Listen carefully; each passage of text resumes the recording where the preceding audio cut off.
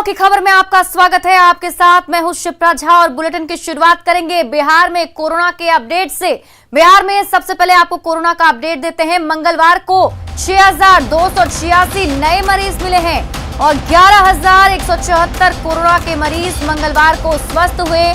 मंगलवार को कोरोना से 111 लोगों की मौत हुई है। और पटना की बात करें तो पटना में सबसे ज्यादा 952 नए मरीज मिले हैं। बिहार में एक्टिव मरीजों की संख्या अब 64,698 हो चुकी है। और सोमवार के मुकाबले की बात करें तो सोमवार के मुकाबले मंगलवार को 366 नए मरीज सामने आए। तो बिहार का ये कोरोना अपडेट आपको दे रहे हैं। देखिए, बिहार में मंगलवार को 6,286 नए मरीज मिले हैं। वहीं सोमवार की तुलना में ये संख्या थोड़ी ज्यादा है और 11,174 लोगों ने कोरोना को मात भी दी। मंगलवार को 111 लोगों की कोरोना से मौत भी हुई।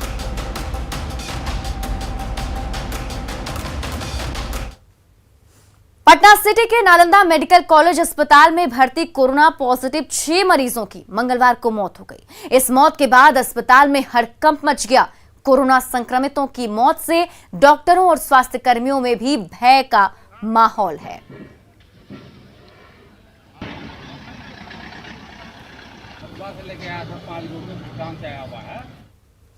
लॉकडाउन लगने के बाद सड़क पर बेवजह निकलने वालों पर कार्रवाई हो रही है। पटना में ट्रैफिक पुलिस ने एक बाइक पर सवारी कर रहे 3 लोगों को पकड़ा।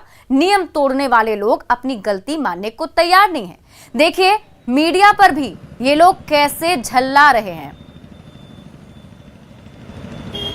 आपको तस्वीर दिखा रहे हैं। एक शख्स हैं जो अपने बाइक से निकले हुए थे और पुलिस ने इन्हें पकड़ लिया है और उसके बाद इनका फाइन काटा जा रहा है। कल दो क्या हो गए? अरे कहाँ ले जा रहे हैं आप लोग? तो काहे आप ही से घुसा रहे हैं? दे रहे आप बताइए, आपको लॉकडाउन पता है ना कि लॉकडाउन लगा हुआ है? काहे के लिए पकड़ लिया लोग? ऐसे ही पकड़ा है। ये दोस्त है मेरे। ये दोस्त है मेरे, इसलिए दोस्त इसलिए पकड़? हाँ, बातचीत कर रहे हैं इनसे। अरे तो आप नाराज हो रहे हैं? नाराज क्यों हो रहे हैं? 603। तो देखिए, एक शख्स को जब पुलिस ने, ट्रैफिक वालों ने पकड़ा तो वो झला रहे। देखिए भाई, हम ही लोग के लिए नहीं लोग हैं। हाँ, तो हम कहाँ बोले थे आपको? कुछ बोल रहे हैं तो आप नाराजगी क्यों जाहिर कर रहे हैं? नाराजगी कहाँ जाहिर कर रहे हैं? आप नाराज हो रहे हैं। हम नाराज तो हो ही नहीं सकते हैं। बाइक पकड़ाएगा तो मीडिया का जरूरत है इसमें। अरे हम आपके लिए थोड़े आए हैं, हम तो आम लोगों के लिए आए ना भाई कि सड़क पे क्या हो रहा है, क्यों पुलिस चेक कर रही है। हाँ, तो ऐसे ही चेक कर रही है पुलिस। इन लोगों का काम है तो क्या करेगा ये? यही ना गलती है सर, हम लोग अपना अपना फर्ज ही नहीं समझ रहे हैं। क्यों काटा मैम? ट्रिपल लोडिंग थे। अच्छा, ट्रिपल लोडिंग जी। बताइए, अब ट्रिपल लोड जरूरत है। हम गलती किए हैं तो ये लोग काटा चलान का। चलिए, माना ना कि गलती की है। चलिए, कोई बात नहीं। तो ये तस्वीर है, देखिए पटना के सड़कों की तस्वीर है। कुछ लोग ऐसे हैं जो अगर गलती करते हैं, जब उन पर फाइन होता है तो झलाते हैं, लेकिन ट्रैफिक वाले हैं, नियम कानून का पालन कर रहे हैं। और कल देर शाम बिहार सरकार के पूर्व मंत्री और बीजेपी के वरिष्ठ नेता प्रेम कुमार के भी सरकारी गाड़ी को पकड़ा गया था और चालान काटा गया था। तो ये तस्वीर देखकर समझिए, आम हो या खास, ट्रैफिक वाले, पुलिस वाले किसी को भी नहीं बख्शने वाले हैं। अगर आप भी घर से बाहर निकल रहे हैं तो आप भी सचेत रहिए। अगर बेवजह निकल रहे हैं और बिना वजह किसी कारण से निकल रहे हैं तो आपका भी चालान कट सकता है, पुलिस आप पे भी फाइन कर सकती है। तो तस्वीर देखकर समझिए कि लॉकडाउन लगा हुआ है, ये हमारे और आपके लिए ही लगा हुआ है। अगर हम इसका पालन नहीं करेंगे तो फिर पालन कौन करेगा? कैमरामैन सुबोध के साथ आनंद अमृतराज, न्यूज 18 नेटवर्क, पटना। भागलपुर में गंगा नदी से 2 अज्ञात शव मिला है। बराड़ी थाना के सीढ़ी घाट और पिपली धाम घाट के पास शव होने की सूचना मिली, जिसके बाद पुलिस ने दोनों शव को नदी से बाहर निकाला। पुलिस ने शवों के कोरोना संक्रमित होने की आशंका जाहिर की है। हैरानी की बात यह रही कि जिन लोगों ने शव को नदी से निकाला, उन्हें ना तो ग्लव्स दिए गए थे और ना ही मास्क की व्यवस्था कराई गई थी। समस्तीपुर के विद्यापति नगर में एक पालतू कुत्ते की अचानक मौत हो गई, जिसके बाद मालिक ने फूल माला से उसे सजाया और ठेले पर रखकर शव यात्रा निकाली गई। नरेश शाह अपने कुत्ते को सोनपुर मेले से 12 साल पहले खरीद कर लाए थे। तब से ये बेजुबान इनका साया बनकर इनके साथ रहता था और यही वजह है कि मरने के बाद हिंदू रीति रिवाज के साथ अर्थी सजाई गई और इसको अंतिम विदाई भी दी गई। मालिक ने उसे वाया नदी के तट पर दफन किया। मालिक नरेश शाह पेशे से चिकित्सक हैं। बताते हैं कि ये उनके लिए भाग्यशाली था और जब से आया था उनकी किस्मत बदल गई थी। इस अनोखे शव यात्रा में सैकड़ों लोग भी शामिल हुए। सबसे अधिक गांव के छोटे छोटे बच्चे थे, लेकिन इस दौरान कोरोना गाइडलाइन की धज्जियां उड़ाई गई। कोई भी मास्क पहना हुआ वहां पर मौजूद नहीं था। शव यात्रा निकालने वाले जो खुद डॉक्टर हैं, उन्होंने भी ये नहीं सोचा कि इस शव यात्रा में शामिल गांव के सैकड़ों बच्चों में संक्रमण हो सकता है। बाजार में मास्क की डिमांड को देखते हुए अब बगहा की जीविका दीदियों ने मास्क निर्माण का जिम्मा लिया है। जीविका दीदियां प्रतिदिन 25,000 मास्क बना रही हैं। मास्क निर्माण से सैकड़ों महिलाओं को घर में ही रोजगार मिल रहा है। मास्क निर्माण कार्य का जायजा लिया संवाददाता मुन्ना राज ने।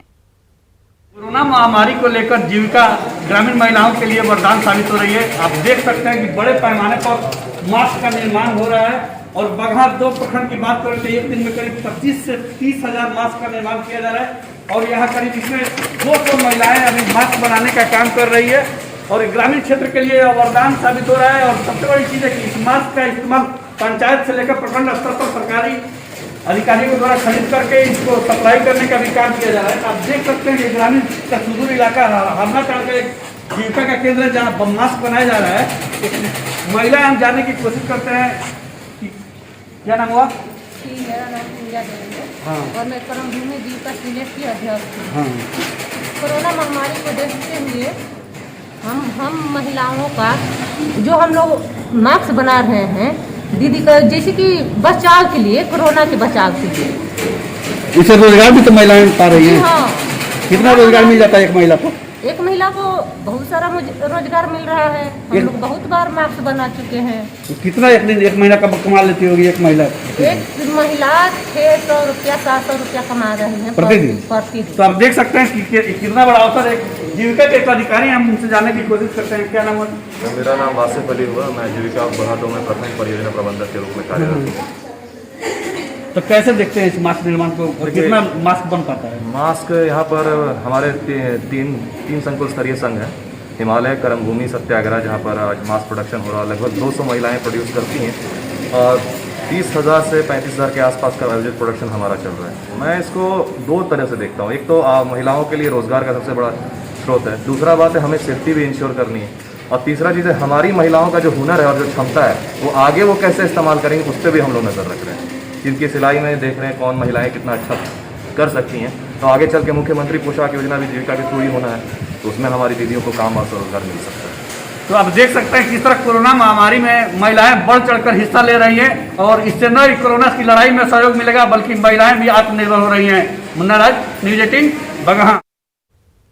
चलिए अब आपको झारखंड का कोरोना का अपडेट बताते हैं। झारखंड में मंगलवार को मिले 2,925 नए मरीज। 4,859 कोरोना के मरीज मंगलवार को स्वस्थ भी हुए, यानी ये लोग ठीक होकर अपने घर लौट गए। पूर्वी सिंहभूम में सबसे ज्यादा कोरोना के मरीज मिले हैं। 784 नए मरीज पूर्वी सिंहभूम से सामने आए। झारखंड में अब एक्टिव मरीजों की संख्या 31,528 हो चुकी है और मंगलवार को कोरोना से 62 लोगों की मौत हो गई। सोमवार के मुकाबले यहां भी थोड़ी सी मरीजों की संख्या में बढ़ोतरी हुई है। सोमवार के मुकाबले 418 नए मरीज ज्यादा मंगलवार को मिले हैं।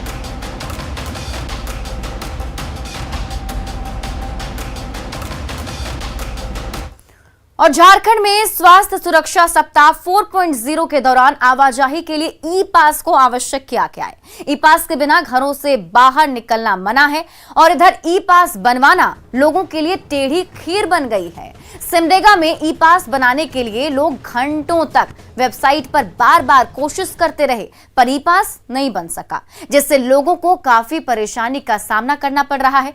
सरकारी आंकड़े की बात करें तो 17 मई की शाम तक सिमडेगा में महज 3,530 लोगों ने ई पास बनाने में सफलता पाई, जिसमें 199 पास इंटर स्टेट के, 623 ई पास इंटर डिस्ट्रिक्ट के और 2,708 ई पास इंट्रा डिस्ट्रिक्ट के बने हैं। अब आप इसी से अंदाजा लगा सकते हैं कि 2 राज्यों की सीमाओं से सटे सिमडेगा में इतने कम लोग ही पास बनवा सके हैं।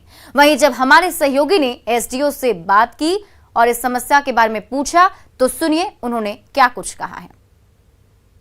ई पास की बात है, ई पास मैंडेटरी है, सबों को ई पास इशू करना होना ही है। वो ऑटोमेटेड जनरेटेड पासेस हैं, बट अभी तत्काल में सॉफ्टवेयर में कुछ तकनीकी परेशानी के कारण नहीं जनरेट हो पा रही है। तो जो भी ऑफिसेस हैं उनके आई कार्ड से ही, उनका आई कार्ड जो बना हुआ है उसको हम लोग चेक कर रहे हैं, आई कार्ड भी वो दिखा रहे हैं, या जो मीडिया कर्मी हमारे आई कार्ड दिखा रहे हैं, या जो भी संबंधित ऑफिसेस के हैं वो आई कार्ड दिखा रहे हैं, तो उनको हम लोग जाने के लिए अलाउ कर रहे हैं। और जैसे ही ये ठीक हो जाता है फिर सभी लोग ई पास जनरेट करा करके उससे ही वो मूवमेंट करें। और हजारीबाग के शेख भिखारी मेडिकल कॉलेज अस्पताल में करीब 200 छोटे बड़े ऑक्सीजन सिलेंडर की चोरी का मामला सामने आया। इसकी जानकारी मिलने पर अस्पताल प्रबंधन ने पुलिस को सूचना दी, जिसके बाद सदर थाने की पुलिस ने 4 अस्पताल कर्मियों को हिरासत में लेकर गहनता से पूछताछ की, जिसके बाद 1 को गिरफ्तार कर लिया गया, वहीं 3 को छोड़ दिया गया है। ऑक्सीजन सिलेंडर के लिए मची अफरा तफरी के बीच सांसों के सौदागर की इस करतूत से कई लोगों की जान जाने की आशंका जताई जा रही है। इस मामले में अस्पताल के अधीक्षक ने बताया कि पुलिस पूरे मामले की गंभीरता से जांच कर रही है और अब इस पूरे मामले के मास्टरमाइंड के नाम के खुलासे का इंतजार है। ऑक्सीजन सिलेंडर हमारे यहाँ से गायब हो रहा था, जिसके लिए पुलिस को इन्फॉर्म किया गया था, तो पुलिस अपनी कार्रवाई कर रही है ना। क्या संख्या था सर ऑक्सीजन सिलेंडर का?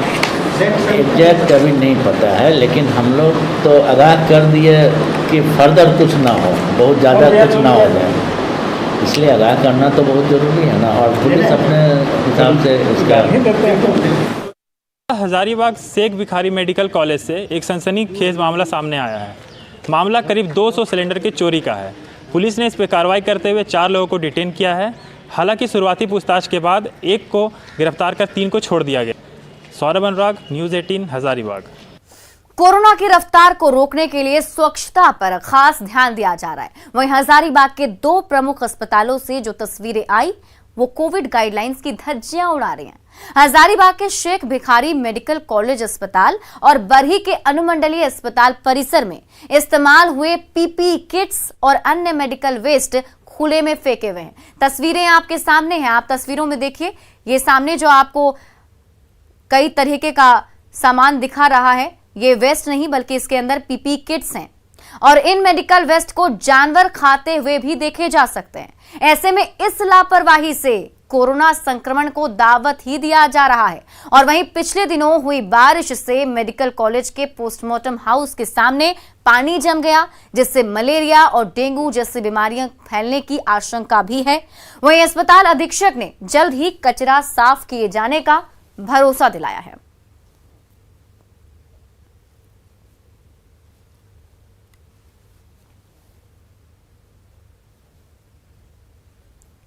और इसी बीच बड़ी खबर चतरा से आ रही है, जहां नक्सलियों की साजिश नाकाम कर दी गई है।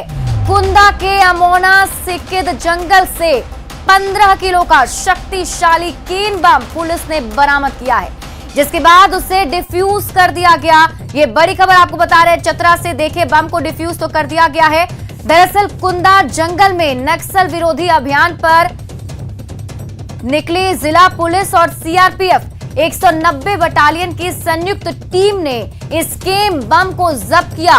सुरक्षा बलों के निशाना बनाने के मकसद से नक्सलियों ने जंगली सड़क के नीचे ये प्लांट लगा दिए थे और ये सभी केन बम इसी मकसद से लगाया गया था ताकि सुरक्षा बलों को निशाना बनाया जा सके और नक्सली अपने मिशन में सफल हो पाते। इससे पहले ही पुलिस ने उनके मंसूबे पर पानी फेर दिया। झारखंड जगुआर के बम निरोधक दस्ते ने बरामद बम को डिफ्यूज कर दिया है।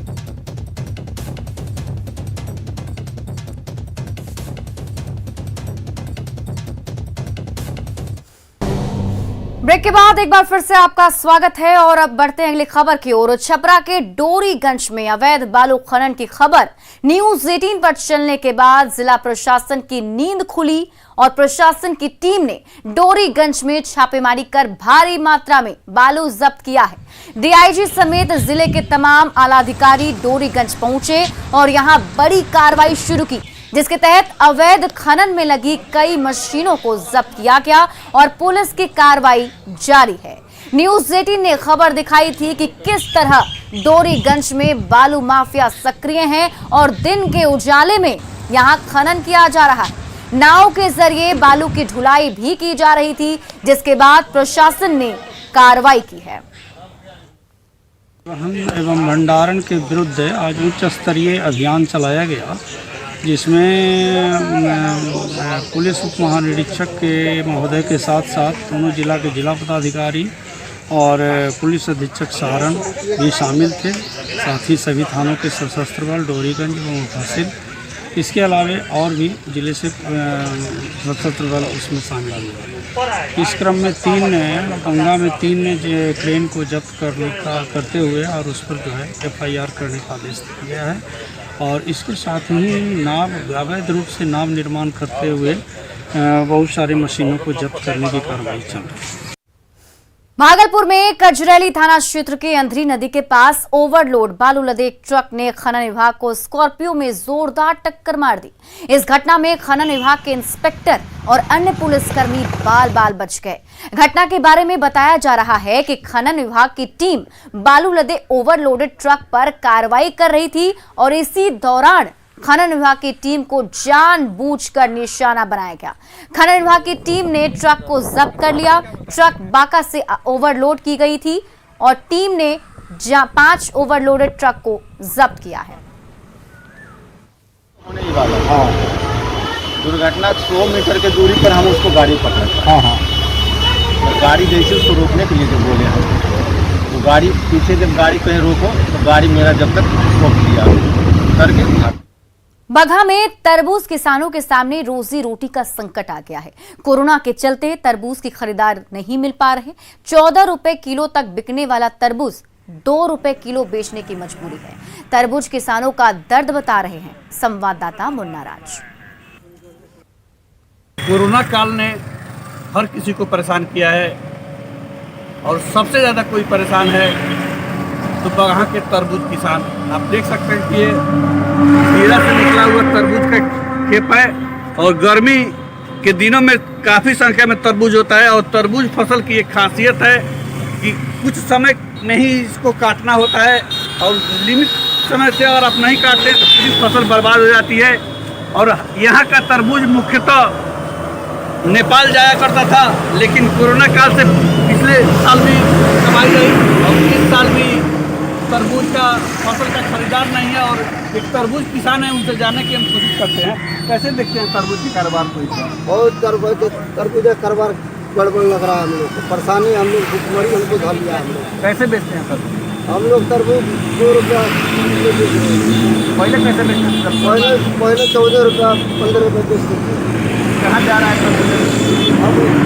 अब हम लोग गाँव में घुमा उन्हें बेच रहे हैं, बाहर नहीं जा रहा है। क्या नाम है?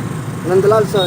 तो कितना का नुकसान मतलब हुआ होगा इसमें? हमारा 2 लाख तक क्षति हुआ है। हर किसान ऐसा ही? हर किसान तो आप देख सकते हैं किस तरह की तबाही है।